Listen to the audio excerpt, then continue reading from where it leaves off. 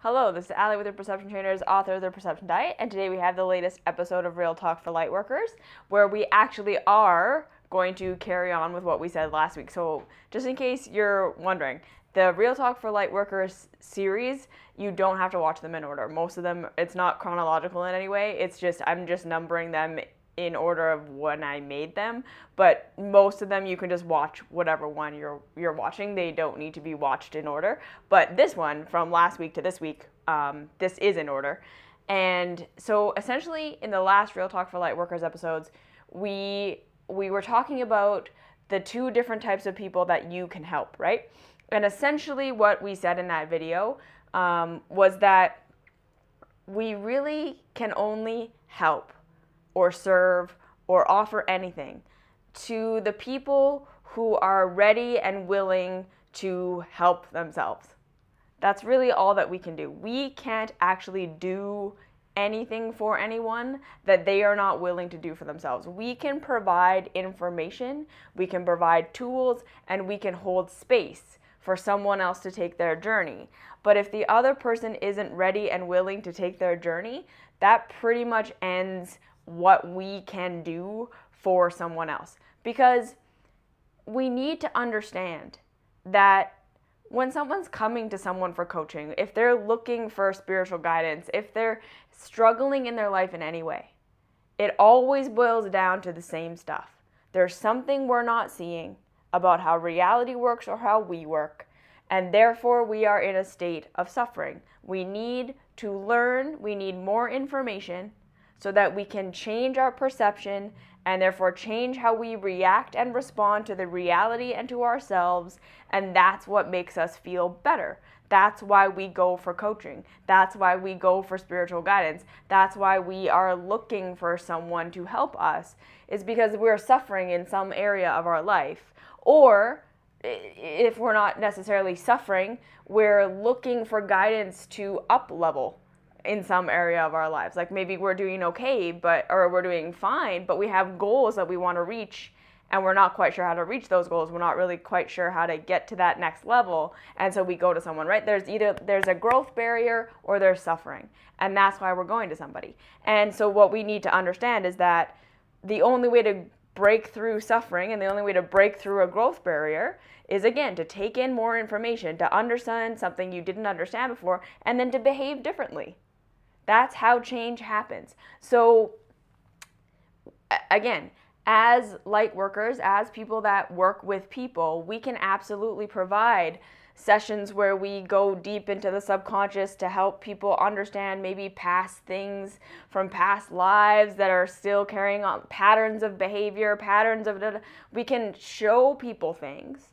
But again, if that person isn't ready and willing to do something with that information, right? Say they realize they have a root of something in them that has now permeated their entire lives, and it's a part of what's causing them suffering. If they're not ready and willing to really hone in on every area of their lives that has caused them to have a kind of skewed perception and therefore skewed behavior patterns based on that skewed perception, nothing's going to change. Just because you understand that you have a root of, I don't know, like something in you, right, doesn't change things. Just to know what's wrong with you, like again, it's kind of like this.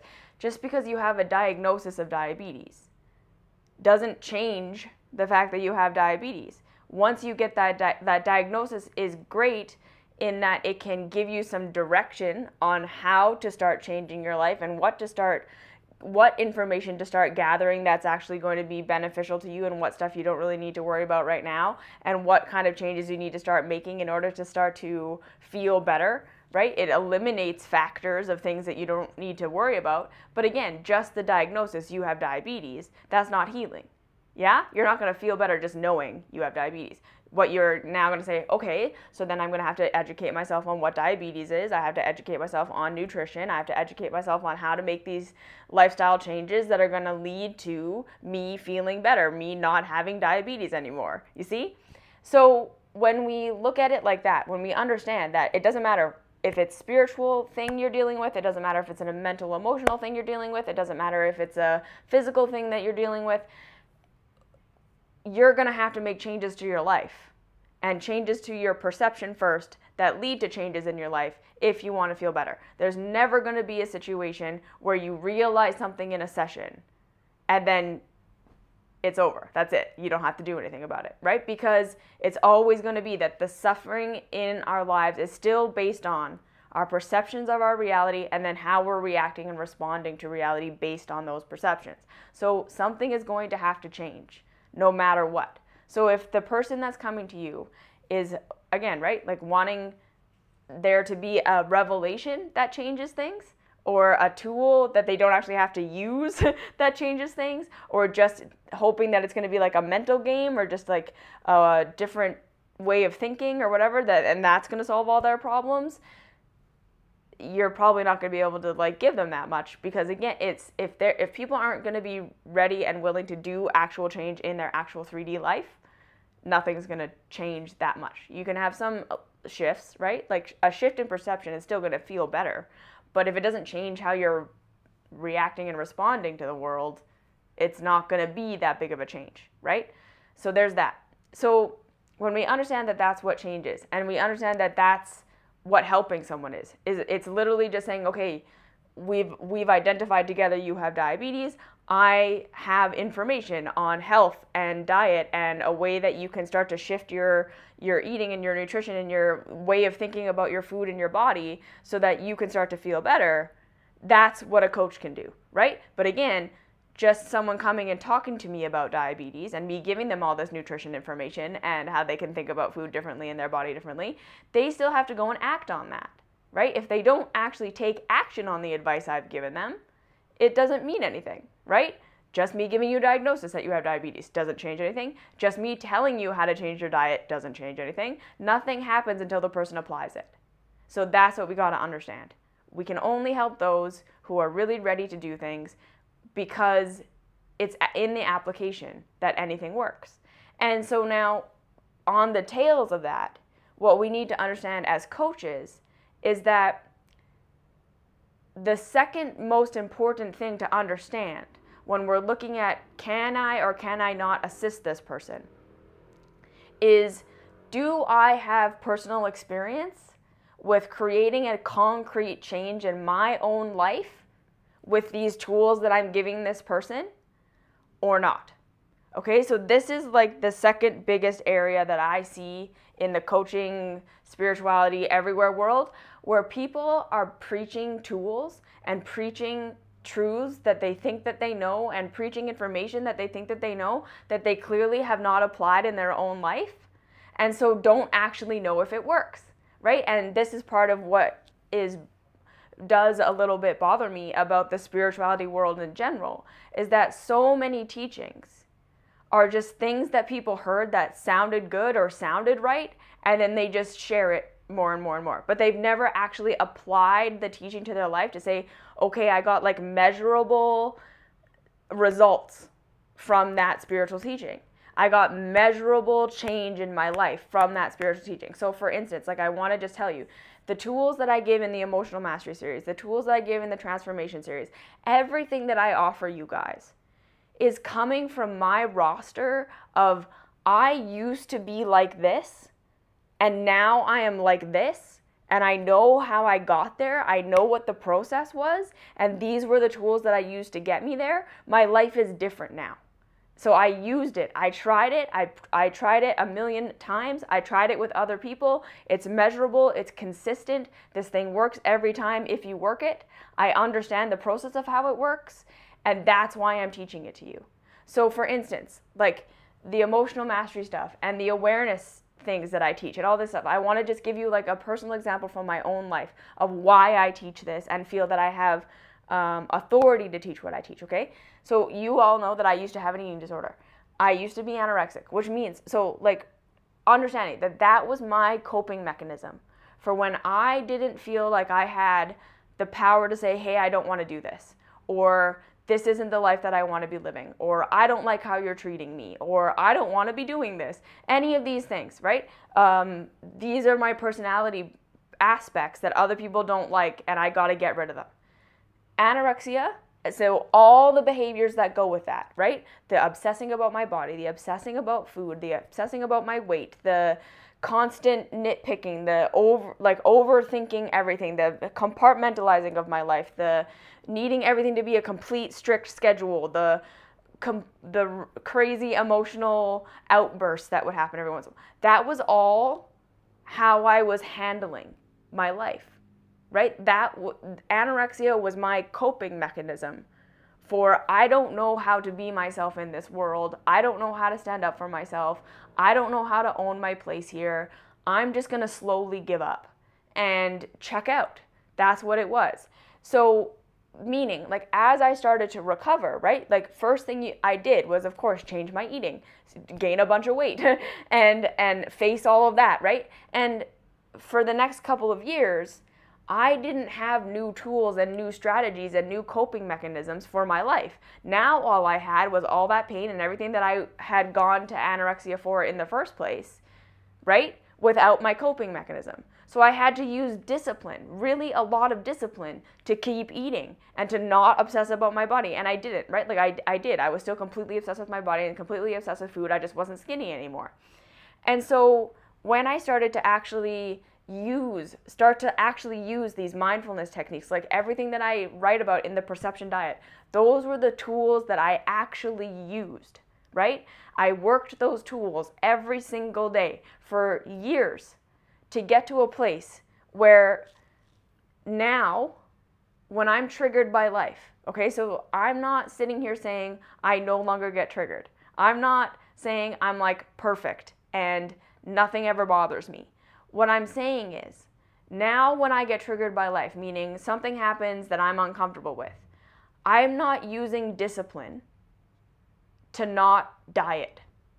I'm not, but even like above that, my knee-jerk reaction isn't to make it about my body, which what it used to be. I would have something happen to me that was traumatic, and I would feel fat, right? It would just be like this automatic thing. I would have something go on in my life that I didn't like, and I would just immediately make it all about my food and all about my body so I could control that thing, right? And so as I've gone along and as I've done these things and as I've built these new tools, now when something happens, yeah, I can have the awareness, hey, I'm feeling triggered. Hey, I don't like this. Okay, so what do I want? What do I need to say? What's the scary conversation I need to have? What's the boundary I need to set that I really don't want to set? What's my fear here? What's my false perception? Where do I not have enough information? All of these things. So what I'm saying is, I'm a fundamentally different person than I was when I was sick. I'm not using discipline to not go to my anorexic coping mechanisms anymore because I have tools that work better. But I did this big, long process to get here. And that's why I teach these tools, because I can say for absolute fact, here's the measurable difference. I'm not sick anymore. Like physically, I have medical tests, constant medical tests that tell me I am not where I used to be. Yeah? I used to be sick. My liver, my kidneys, all these things were shutting down. I had nutritional deficiencies. My gums were swollen all the time. My digestive system was a mess. Like all of these things were happening. I was not well. And I can say measurably, I have measurable, tangible medical results. I'm not in that state anymore. So that's one thing. But the second thing is, how I used to react to life is just different now. It's measurably different. I can tell you concretely how it's different. I face the thing. I have the capacity to understand why I'm upset, what I really want, and what I can do about it. I have taken my power back in my life. So I don't need those coping mechanisms anymore. I don't need to diet. I don't need to make it about my body to make me feel like I have some control, because I know I have actual control in my actual life. I've learned to say no. I've learned to put up a boundary. I've learned to move when I don't want to be there anymore. I learned to quit the job. I learned to say, hey, you're treating me like shit. Can we not do this anymore? Like, right? So what I'm saying is, I give these tools because they're practical. I can tell you from my own personal experience. That's where I used to be. I don't have that anymore. I'm not suffering like that anymore. I don't have that thing anymore. And people ask me that all the time. Like, are you sure? Like, are you sure you're not still just like dealing with body image issues and all these, and I can say no. I'm not, because I have totally different tools now. I have a completely different life. I've made a lot of changes, and so I don't need those things anymore. And like I say, it's not discipline, it's new tools, better tools. Why would I go back to something that wasn't working? Like, that's really the biggest bottom line about anorexia, is that it didn't work. It wasn't working. It didn't fix my problems. It didn't make anything go away. It didn't solve anything. It just distracted me and was killing me. And I don't want to be distracted or dying. So, right at this point, I don't need it anymore. I haven't needed it for a long time. And so, but what I'm saying here is that that's why I feel the authority to teach these mindfulness things that I do, because they have changed my life. And I have worked them, and I can say that they work, and I can say this is what it used to be, and this is what it is now. And so that's what I want to give to you as a light worker. Only teach the tools that you have applied in your life, that you have worked and you understand how they work, and it's a technology for you, not a magic. Okay? If you're teaching the law of attraction and there's a blank spot and you don't know why you go from this part to this part, don't teach it. Right? Like The Secret, they're teaching you just think about it and then you have $1 million. Okay, there's that blank spot of like, where did that $1 million come from? They don't understand it yet, right? It's not a technology still. It's still a magic. And so as long as it's a magic to you, if you don't understand exactly how and why whatever you're teaching works, don't teach it, because it might not work. It might not be the whole truth. It might not be actually what is going on. And you won't ever know that until you've applied it in your life and made it a technology. So this is what I'm saying. If you really want to be an awesome coach, like, honestly, you do whatever you want. You can teach things you don't understand. You can teach things you've never been through. You can do all that. But what I'm saying is, if you really want to have a positive impact, only teach the stuff that's a technology to you. Only teach the stuff that you can say, this isn't magical. I can tell you exactly why this works. I can tell you how this works. I can tell you why this works. I can tell you when to apply this. I can tell you when this doesn't apply, and exactly how it works. And if you don't have that, right, if it's like, and then something magic happens and then you're better, don't teach it, because you don't know it. And so, and what I'm saying is, if you really care about people and you're really doing this, not just to say that you're a spiritual person so that you can like feel all good about yourself and you have these magical things that you talk about and you feel better about yourself, because I feel like a lot of people do that. Like, right, they want to feel like they're magical. They want to feel like they have these things that other people don't have, these understandings that other people, because they read it in a book somewhere, whatever. If you're just doing it for that, okay, do that, whatever. But if you're really doing this because you want to serve people, know that what you're talking about is real by having an experience, like a lot of experience. So even like I say, like there are just many things that I think that I know right now that I'm not teaching because it's not 100% of technology for me yet. And I'm willing to say I don't fully know it, so I'm not going to teach it. I get questions all the time about talking about certain areas of things that I know a little bit about, and I'm not going to make a video on them because I don't know enough. And I'm very much willing to admit I don't know enough on that. I don't know if that tool works. I can't say either way about this because I don't have experience. And I feel like that is being the best light worker and coach that you can possibly be, is to only teach what you have actual, concrete, technological experience with. You understand it inside and out. You know why it works. You know how it works. And if you don't, keep working on it, right? And give what you know. So like, work with the people who are just 1 or 2 levels below you, just where you've just been. Right? Like, don't work with people who are above you. Don't work with people who have things that you have no idea about. Don't work with people that are dealing with things you never dealt with. Don't work with people that are dealing with things that you're currently dealing with. It's just going to be too triggering.